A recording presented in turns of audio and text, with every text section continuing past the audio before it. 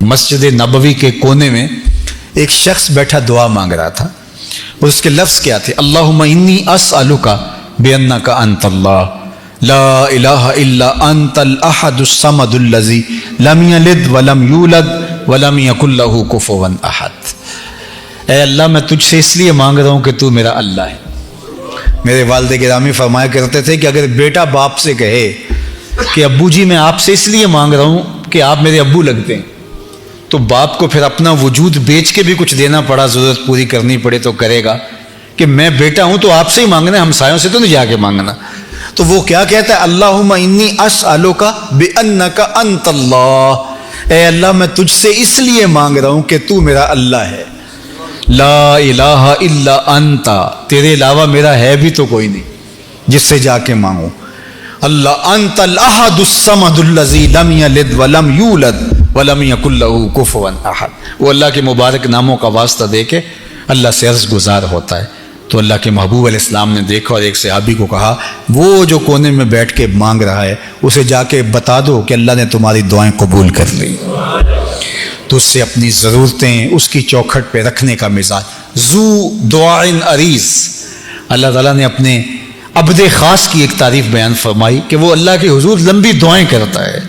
اللہ اکبر، لمبی دعائیں اس کے حضور۔ یہ شاید میں نے پچھلے جمعے عرض کیا تھا کہ جب بندہ اللہ کے حضور عرض کرتا ہے اللہ اسے مصیبت میں گرفتار کر دیتا ہے اور وہ پھر روتا ہے، چیختا ہے، تو جبریل عرض کرتا ہے کہ مالک تیرا فلاں بندہ ہے، یہ اس کی آواز ہے اور تجھے پکار رہا ہے، تو اللہ فرماتا ہے اس کو روتے رہنے دو، مجھے اچھا لگتا ہے کہ یہ مجھے پکارتا رہے، یہ میرے حضور عرض کرتا رہے۔ اللہ وہ چاہے تو ایک لمحے میں دعائیں قبول کر دے، تو بعض کا تو وہ تاخیر کرتا ہے، اسے پسند ہوتا ہے کہ میرا بندہ میرے دربار کی حاضری بھرتا رہے، لمبی دعائیں کرتا رہے، گڑ گڑاتا رہے، روتا رہے۔ دنیا والوں کے سامنے جا کے روئیں تو آپ کا بھرم ٹوٹ جاتا ہے، اللہ کے سامنے روئیں تو اللہ کے ہاں آپ کی عزت بڑھ جاتی ہے، اللہ کے ہاں آپ کا وقار بڑھ جاتا ہے، وہ آپ کو اپنا محبوب بنا لیتا ہے جب آپ اس کے سامنے زاری کرتے ہیں اور آپ کی آنکھ سے بہے ہوئے ایک ایک آنسو کا وہ قدردان ہے۔ کوئی اللہ کو پکارتے ہوئے اس کی محبت میں رو پڑا اور اس کی آنکھ سے پانی کا ایک قطرہ نکلا، اور وہ کتنا بڑا قطرہ تھا، جس سے پلکوں کی ایک بال کی جڑ گیلی ہوئی، صرف اتنا پانی تھا، تو قیامت کے دن وہ بال کھڑا ہو جائے گا، اللہ یا مجھے نکال لے یا اسے جنت عطا کر دے۔ اللہ اکبر، تو اللہ تعالیٰ اس بال کو تو نہیں نکالے گا، اس شخص کو جنت عطا کر دے گا۔ تو اس کے حضور الہا و زاری کرنے کا ہمیں حکم دیا۔ اللہ ہمیں رات کے اندھیروں میں، دن کے اجالوں میں، تنہائیوں میں، خلوتوں اور جلوتوں میں اپنے حضور التجائیں کرنے کی توفیق عطا۔ پھر حضور سے یہی پوچھا گیا ایو دعا اسمع، حضور وہ کون سی دعا ہے جو بہت زیادہ قبول ہوتی ہے؟ تو آقا کریم علیہ الصلوۃ والسلام نے ارشاد فرمایا کہ فی جوف اللیل الاخر، پچھلی رات کے درمیانے حصے میں، جو پچھلی رات کے درمیانے حصے میں دعا کی جائے وہ رد نہیں ہوتی، اور دوسرا دبر الصلوات المکتوبات، اور جو فرض نمازوں کے بعد دعا کی جائے وہ قبول ہوتی ہے۔ تو یہ دو دعائیں خاص طور پہ فرائض کے فوری بعد جو دعا کی جاتی ہے اور جو پچھلی رات کے درمیانی حصے میں جو دعا کی جاتی ہے اس دعا کو رد نہیں کیا جاتا۔ جب اللہ سے مانگو، ویسے بارش کے وقت دعا قبول ہوتی ہے، طواف کے بعد دعا قبول ہوتی ہے، والدین سے دعا کروائیں وہ قبول ہوتی ہے، اور جو ہے مختلف اوقات ہیں جن میں دعائیں رد نہیں ہوتی۔ اللہ نے قبولیت کے اتنے وقت، اتنے مقامات، اتنی ساعتیں اور اتنے انداز رکھے ہیں کہ کوئی مانگنے والا اس کی جھولیاں بھرتے ہی چلی جاتی ہیں، وہ بندوں کے اٹھے ہوئے ہاتھوں کو خالی نہیں موڑتا۔ اور پھر آپ دن کو مانگیں وہ بھی قبول ہے، رات کو مانگیں وہ بھی قبول ہے، اور پھر آپ اردو میں مانگیں تب بھی قبول ہے، آپ عربی میں مانگیں تب بھی قبول ہے، معصورہ دعائیں مانگیں وہ بھی قبول ہیں۔ تو وہ کریم ہے، آپ جیسے بھی اس کو مانگیں، اپنے لہجے میں مانگیں، عربی میں مانگیں، اجمی میں مانگیں، ہندی میں مانگیں، سندھی میں مانگیں، اقبال کی طرز میں مانگیں، سعدی کے انداز میں مانگیں، رومی کے لہجے میں مانگیں، آپ نہیں مانگنا آتا خالی ہاتھ پھیلا دے وہ بند لبوں کی بولیاں بھی سنتا ہے۔ اسے پکارے تو صحیح، اس کو عرض تو کرے۔ اللہ اکبر، وہ تو کریم ہے۔ زلیخا روز یوسف مانگتی تھی رب سے اور کہتی تھی مجھے بچھڑا ہوا یوسف ملا دے۔ اللہ اکبر، مدتیں ہو گئی اور بت سامنے ہوتا اور بت کو پکارتی اور کہتی اے میرے صنم، اے میرے بت، مجھے یوسف ملا دے۔ عمر بیت گئی اور وہ پتھر کا صنم، وہ مٹی کا مادو، وہ لکڑی کا وسن کیا اس کی فریاد سنتا۔ تو خیر اس کا اعتقاد تھا تو وہ اس کے سامنے ہاتھ پھیلائے مانگتی۔ تو ایک دن رات کا پچھلا پہر تھا اور بت کو سامنے رکھے ہوئے، یا صنم یا صنمی یا صنمی، اے میرے بت، اے میرے بت، مجھے یوسف ملا دے۔ تو رات کا پچھلا پہر ہوا، نیند کا جھٹکا آیا، زباں بل کھا گئی، یا صنمی یا صنمی پکارتے پکارتے کہنے لگی یا سمادی یا سمادی یا سمادی۔ اللہ اکبر، زبان پہ یہی چڑھ گیا، یا سمادی یا سمادی یا سمادی۔ آواز ہے جبریل جلدی جا، یوسف کے گھوڑے کا رخ موڑ دے، بچھڑی ہوئی کو یوسف ملا دے۔ مالک وہ تجھے تو نہیں پکار رہی، وہ تو بت کو پکار رہی۔ زبان بل کھا گئی ہے، یا سنامی یا سنامی کی بجائے یا سمادی یا سمادی، نیند کے جھٹکے کی وجہ سے بدل گیا ہے۔ کہا جیسے بھی ہے یہ مجھ کو پکارنے تو لگی ہے۔ اتنا عرصہ ہوا بت کو پکارتے، اس نے کوئی جواب نہ دیا۔ آج جیسے بھی اس کے لبوں پہ میرا نام تو آیا ہے، میں نے بھی جواب نہ دیا، میرے اور بت میں فرق کیا ہوا؟ کوئی پکارے تو صحیح، جھولی پھیلائے تو صحیح۔ تو اپنی حاجتیں اس کی دہلیز پہ رکھیں، اپنی ضرورتیں اس کی دہلیز پہ رکھیں۔ ہمارے کتنے سوال ہیں، کتنی آرزوئیں ہیں، کتنے دل میں پیدا ہونے والی تمنائیں ہیں، اگر دنیا کے سامنے رکھیں دنیا مذاق اڑائے ہمارا، لیکن مالک کے سامنے ساری ضرورتیں سجدے میں رکھ کر کے عرض کرتے ہیں، وہ ہمارا مذاق نہیں اڑاتا بلکہ ہماری ضرورتوں کی کفالت کرتا ہے۔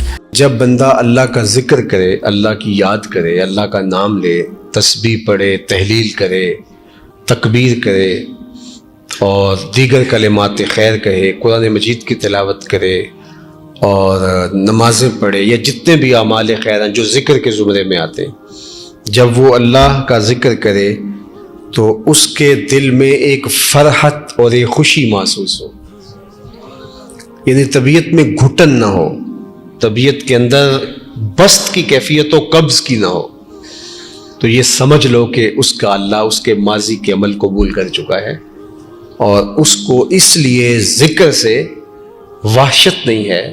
کچھ لوگ ہیں وہ کہتے ہیں میں بس ذکر کرنے لگ جاتا ہوں مجھے دل کو کچھ ہونے لگ جاتا ہے، تو یہ جو گھٹن کا پیدا ہو جانا ہے اس پر رجوع چاہیے، اس پر توبہ چاہیے۔ اس کا بھی علاج ہے۔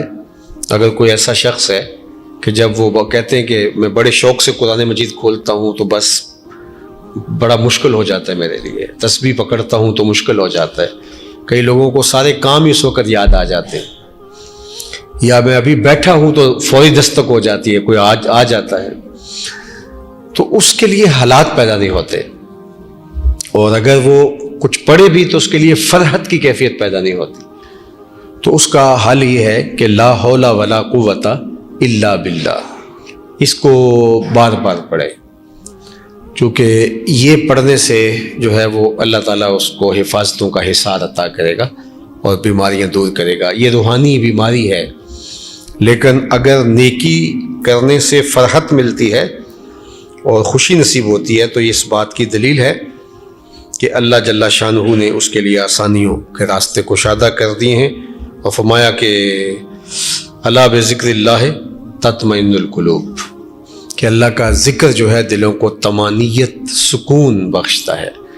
تو یہ تو طے شدہ حقیقت ہے، امر واقعہ ہے کہ ذکر الہی فرحت قلب کا سبب ہے، اور اگر فرحت نہیں ہے تو پھر مسئلہ ہے، یعنی آپ میٹھی چیز اگر زبان پہ رکھیں گے تو اس کی حلاوت محسوس ہوگی، اس کی مٹھاس سے آپ ایک خوشگوار فرحت محسوس کریں گے، لذت کام و دہن کی تسکین کا سامان بنے گی وہ چیز۔ لیکن اگر آپ کوئی میٹھی چیز اپنے منہ پہ رکھتے ہیں تو آپ کو کچھ بھی محسوس نہیں ہوتا، الٹا آپ کو تلخی ہونے لگ جاتی ہے، تو پھر اس کا مطلب ہے کہ آپ کو کوئی مسئلہ ہے، صفرا کی کوئی تہ چڑھ گئی ہے زبان کے اوپر اور وہ اتنی دبیز ہے کہ وہ قوت ذائقہ کو روک رہی ہے، تو اللہ کا ذکر کرنے سے حلاوت نہیں ملتی، طمانینت اس کا لازمہ ہے، اور اگر نصیب نہیں ہوتی تو پھر اس کا مطلب سیدھا سیدھا یہ ہے کہ کوئی پردہ چڑھ گیا ہے دل کے اوپر، تو اس کے مداوے کی صورت کرنی چاہیے، توبہ کرنی چاہیے، لا حول ولا قوت الا باللہ العلی العظیم پڑھنی چاہیے۔ اپنی امت کو وصیحت کرتے ہوئے فرمایا سددو، کہ تم میانہ روی اختیار کرو، تم اعتدال کی راہوں پہ گامزن رہو۔ فرمایا کہ یسرو ولا تعسرو، بشرو ولا تنفرو، 4 چیزیں ارشاد فرمائی۔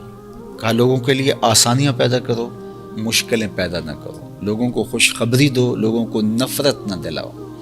حضرت ابو مسعود انصاری رضی اللہ تعالیٰ عنہ فرماتے ہیں کہ مدینۃ المنورہ میں ایک امام صاحب تھے جو بہت لمبی قرات کرتے تھے، تو ایک صحابی حضور کی خدمت میں ان کی شکایت لے کر آئے اور کہا کہ حضور ہمارا امام بہت لمبی قرات کرتا ہے، اور اگر یہ سلسلہ یوں جاری رہتا ہے تو میں جماعت سے نماز نہیں پڑھ پاؤں گا۔ تو آقا کریم علیہ الصلوۃ والسلام شدید غصے میں آئے، بلکہ حضرت ابو مسعود انصاری رضی اللہ تعالیٰ عنہ فرماتے ہیں کہ واعظ کے باب میں نے زندگی میں حضور کے چہرے پہ اس طرح غصہ کبھی نہیں دیکھا تھا۔ تو آقا کریم علیہ الصلوۃ والسلام نے فرمایا انکم منفرون، تم لوگوں کو جو ہے وہ متنفر کر رہے ہو۔ حالانکہ نماز کے اندر لمبی قرات کی جا سکتی ہے، لیکن جب بچے ہوں، بوڑھے ہوں، بیمار ہوں صفوں میں، تو اس وقت لمبی قرات نہ کی جائے، چونکہ ان کو اذیت ہوگی، ان کو تکلیف ہوگی، ان کے لیے کھڑا رہنا مشکل ہوگا۔ اس طرح رش ہو، لمبی کثرت کے ساتھ لوگ ہوں، تو اس میں امکان زیادہ ہوتا ہے کہ اس میں ضعیف اور کمزور بھی ہیں۔ آپ یہاں عید کی نماز پڑھانے کھڑے ہوئے ہیں، جمعہ کی نماز پڑھانے کھڑے ہوئے، اے سی چل رہے ہیں، گرم موسم ہے، صرف ہال میں لوگ موجود ہیں، تو ٹھیک ہے آپ لمبی قرات کر لیجئے اگر سارے نوجوان ہیں، لیکن اگر باہر لوگ دھوپ میں بھی کھڑے ہوئے ہیں، رش اتنا ہو گیا ہے، تو آپ جو معمول کی قرات کرتے ہیں اس سے بھی مختصر کیجئے۔ آپ یہ نہ سوچئے کہ میں یہاں کھڑا ہوں اور میں تو 15 منٹ کی نماز میں بھی، لیکن وہ جو دھوپ میں صفیں بچھائے کھڑے ہیں اور گرمیوں کی دھوپ ہے تو وہ ان کا خیال کیجئے۔ اللہ کے محبوب علیہ السلام نماز میں قرات اعتدال کے ساتھ ہی فرماتے، لیکن کبھی ایسا ہوتا کہ خواتین جب آتی تو ان کے ساتھ بچے بھی ہوتے، تو وہ پیچھے بٹھا کر کے بچوں کو، تو صفوں میں نماز کے لیے جب کھڑی ہوتی تو کوئی بچہ رونے لگتا تو ماں کا دل اس کی طرف مائل ہونے لگتا، تو آقا کریم قرات مختصر فرما دیتے کہ ماں کے دل میں بچے کا خیال آ رہا ہے اور اس کو بچے کی بے چینی ہو رہی ہے۔ تو یہ ہمارا دین ہے۔ ہم کہتے ہیں نہیں آپ جو مرضی کریں، ہم تو ایسے ہی کریں گے، تو یہ لوگوں کو متنفر کرنے والی بات ہے، لوگوں کو دور کرنے والی بات ہے۔ جس شخص نے ایمان کی دولت حاصل کر لی تو چاہے دنیا کی کوئی اور چیز اس کو نہیں بھی ملی تو وہ فلاح پانے والا ہے۔ اور چیزیں دنیا کی اگر اس کو میسر آ جاتی ہیں تو وہ سونے پر سہاگے کا کام ہے، لیکن فرض کرو اس کو اور کچھ بھی نہیں ملتا، صرف ایمان، تو نفس ایمان فلاح کی ضمانت ہے۔ اسود الرائی، رائی عربی میں کہتے ہیں چرواہے کو، اسود کہتے ہیں کالے رنگ کو۔ کالے رنگ کا ایک چرواہا تھا، اسود نام سے، نام بھی اسود پڑ گیا تھا۔ کالے رنگ کے لوگوں کو لوگ کالو کہہ دیتے ہمارے ہاں، تو اس طرح عربی کے اندر بھی اسود کو کہتے ہی اسود تھے۔ تو پھر جو آزاد لوگ ہوتے ہیں ان کے تو نام ہوتے ہیں، تو غلاموں کے تو پھر لوگوں کی مرضی سے نام ہوں گے نا، جو لوگ ڈال دیں۔ تو اس کا نام بھی اسود پڑ گیا اور تھا بھی کالے رنگ کا۔ تو حضور علیہ الصلوۃ والسلام ایک غزوے پہ تشریف لے گئے تھے اور یہ اپنی بکریاں لے کے گزرا، اور اس کی نظر حضور کے چہرے پر پڑی۔ آقا کریم کو دیکھا، حضور نے دعوت دین دی تو اس کے دل میں ایمان تر آیا، تو اس نے حضور علیہ السلام کے ہاتھ پہ بیعت اسلام کی اور عرض کی کہ حضور اب میں تو کہیں کا جانے کا نہیں ہوں، اب ان بکریوں کا کیا کروں، یہ تو میرے مالک کی بکریاں۔ تو فرمایا کہ تم ان کو اس کے باڑے کی طرف ہانک دو، جب آخری بکری اس کے باڑے میں چلی جائے تو تم پلٹ آنا۔ تو وہ گئے اور جا کے بکریوں کو اس کے باڑے کے اندر ہانکا، جب آخری بکری اندر چلی گئی، پھاٹک بند کیا تو واپس آ گئے۔ اتنے میں جنگ کا بازار گرم ہو چکا تھا، گمسان کی لڑائی شروع ہو چکی تھی۔ تو یہ آئے اور میدان عمل میں کود پڑے، اور بکریاں چرانے والے تھے، بے جگری کے ساتھ جو ہے وہ لڑے، پوری ہمت کے ساتھ آگے بڑھے، لیکن دشمن کی تلوار نے ان کو کاٹ کے رکھ دیا۔ خیر جنگ ختم ہوئی تو جب لاشوں کو اٹھایا جانے لگا تو اسود رائی کی لاش بھی پڑی ہوئی تھی۔ تو اللہ کے محبوب علیہ السلام نے جو ارشاد فرمایا اس کا مفہوم یہ ہے کہ یہ شخص ہے جس نے کوئی نماز نہیں پڑھی، کوئی روزہ نہیں رکھا، کوئی زکوٰۃ نہیں دی، کوئی حج نہیں کیا، یہ آیا اور سیدھا جنت کا دروازہ کھلا تھا، اندر چلا گیا۔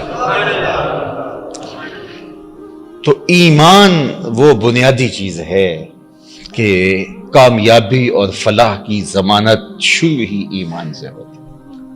کچھ بھی نہ ہو آپ کے پاس، ایمان کی دولت ہو۔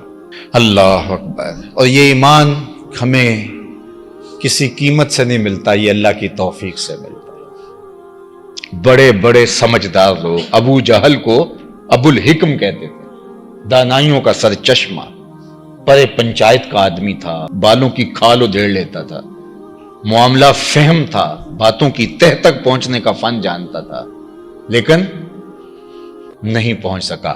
اور یہ نہیں ہے کہ اس کو پتہ نہیں چلا تھا، مغالطہ لگ گیا، نہیں۔ اخنس بن شریک نے، وہ ایک لمبی کہانی ہے کہ حضور کی تلاوت یہ سنتے رہے، ابو سفیان بھی تھے، یہ بھی، اور اخنس بن شریک بھی، تو 3 دن تک قسم بھی کھاتے رہے اور سنتے بھی رہے، وہ لمبی کہانی ہے۔ تو تیسرے دن لمبا ڈنڈا لے کر کے تو اخنس بن شریک نے آ کے ابو جہل کے دروازے پہ مارا اور کہا، یہ باہر آیا آنکھیں ملتا ہوا، کہا ابو الحکم بتا، سچ بتانا ہے، جھوٹ نہیں بولنا، 3 دن سے ہم نے جو کلام سنا ہے، تیری اس کے بارے میں رائے کیا ہے؟ انصاف کی تکڑی تیرے ہاتھ میں ہونی چاہیے، جھوٹ نہیں بولنا، تو نے بھی سنا ہے اور میں نے بھی سنا ہے اور ابو سفیان نے بھی سنا ہے، تو تو سچ بتا کہ تیری رائے کیا ہے۔ تو ابو جہل ڈنڈی تو نہیں مار سکتا تھا، اس نے پھر کیا کہا؟ اس نے کہا، اخنس، رفادہ اور سقایا یہ تو پہلے ہی بنو ہاشم کے پاس ہے، یعنی یہ 2 عزتیں تو پہلے ہی ان کے پاس ہیں، اور اگر نبوت بھی اس گھر کی مان لیں تو پھر ہمارے پلے کیا رہا؟ ہماری چودر تو گئی۔ تو اخنس بن شریک نے کہا کہ اس کا مطلب ہے کہ تم ایک حق کو، ایک سچائی کو، ایک حقیقت کو جو ہے وہ ماننے سے انکار کر رہے ہو صرف اپنی چودراہٹ بچانے کے لیے، تو یہ تو بہت زیادتی ہے۔ چلو تم بچاؤ اپنی چودراہٹ، میں جا رہا ہوں اور محمد عربی کا غلام بننے جا رہا ہوں۔ اور آپ کو حیرت ہوگی کہ ابو جہل بہت کائن شخص تھا، اس نے کہا میری بس بات سن جاؤ۔ وہ رکا، کہا اچھا آج تم اپنے باپ دادا کے دین کو چھوڑنے جا رہے ہو، تمہاری ماں جس دین پہ تھی اس کو چھوڑنے جا رہے ہو، تمہاری دادی پردادی جس دین پہ تھی، جنہوں نے تمہیں جنم دیا، تمہیں گود میں کھلایا، آج تم ان کو چھوڑنے جا رہے ہو۔ تو یہ رک گیا، ٹھہر گیا، اور آپ جانتے ہیں کہ اخنس بن شریک حالت کفر میں مرا۔ علماء نے کہا کہ یہ وہ شخص تھا جو ایمان کے کنارے پہ آیا، لیکن اللہ کا اذن نہیں ہوا اور یہ آگے نہیں بڑھ سکا۔ اللہ اکبر۔ تو یہ تو سودے قسمت کے ہیں۔ 5 گانا نماز جو کہ بندگی کا جمال ہے، جب کوئی بندہ پیشانی سجدے میں رکھتا ہے، اللہ اکبر، بتائیے کیا رنگ ہوتے ہیں۔ انسان کے بہترین اعضاء جو ہیں وہ سر میں ہیں، اشرف اعضاء، مثال کے طور پہ سوچنے کی قوت دماغ سر میں ہے، دیکھنے کی قوت آنکھیں سر میں ہے، سننے کی قوت کان سر میں ہے، بولنے کی قوت زبان سر پہ ہے، اسی طرح سونگنے کی قوت ناک سر میں ہے۔ تو بہترین اعضاء انسان کے جو ہے وہ سر میں ہے، اور سر مالک کے در پہ، پیشانی بھی رگڑ رہا ہے اور ماتھا اور ناک بھی رگڑ رہا ہے، اور زبان سے کیا کہہ رہا ہے؟ سبحان ربی الاعلی، اے اللہ تو سب سے اعلیٰ ہے، تیری پاکی ہے تو سب سے اعلیٰ ہے۔ اپنا عمل کیا ہے کہ اپنے اشرف اعضاء کو خاک پہ رکھ کے، زمین پہ رکھ کے، فرش پہ رکھ کے ناک اور ماتھا رگڑ کے اپنی عجز، اپنی عاجزی کا، اپنے عجز کا اظہار کر رہا ہے کہ میرے سے جو ہے اس سے بڑھ کر اور کیا ہو کہ میں نے اپنی پیشانی دہلیز پہ رکھ دی. تو اپنے عجز کا اظہار کیا ہے کہ اس کائنات میں میرے سے نیچا کوئی نہیں، اور زبان سے کہا سبحان ربی الاعلیٰ، مالک تیرے سے اونچا کوئی نہیں، تو سب سے اعلیٰ ہے. اور جب عمل اس کا یہ ہے اور قول یہ ہے کہ عملاً بتا رہا ہے کہ میں جو ہے وہ عاجز ترین ہوں، اور پھر اللہ کی الوہیت کا اقرار کرتا ہے اور اس کی الوہیت کا اقرار کرتا ہے، تو بتائیے اس کی کتنی رحمتیں بندے پر اترتی ہیں. بلکہ روایت میں آتا ہے کہ اگر بندے کو یہ پتہ چل جائے کہ سجدے میں کس قدر اس کے اوپر رحمتیں اترتی ہیں تو وہ سر ہی نہ اٹھائے، اگر اس کو یہ پتہ چلے کہ رحمتیں کتنی اتر رہی ہیں. اور ایک روایت میں آتا ہے کہ جب بندہ نماز کے لیے وضو کر کے مسجد میں آ کے کھڑے ہونے لگتا ہے تو فرشتے عرض کرتے ہیں کہ مالک یہ بندہ تیرے حضور سجدہ ریز ہونے جا رہا ہے.